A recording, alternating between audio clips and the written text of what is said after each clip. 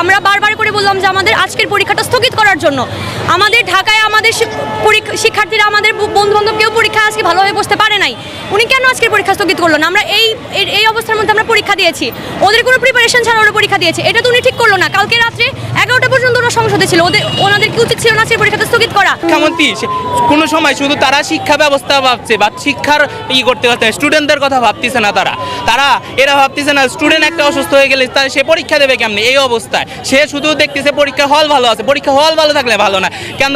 তাদের ঘরে কারেন্ট নাই, পানি ডুবে আছে, তারা কেমনে পরীক্ষা দেবে? উনি বলতেছে 2 বছর আগে প্রশ্ন করছে, তাহলে উনি কি 2 বছর আগে প্রশ্ন করছে? উনি প্রশ্ন পাবলিশ করার আগে দেখবে না যে প্রশ্নে কি ভুল আছে না প্রশ্ন ঠিক আছে কি? উনি এই সব ধরনের যুক্তি কেন দেখাচ্ছে? আমাদের এক দফা এক দাবি, শিক্ষামন্ত্রী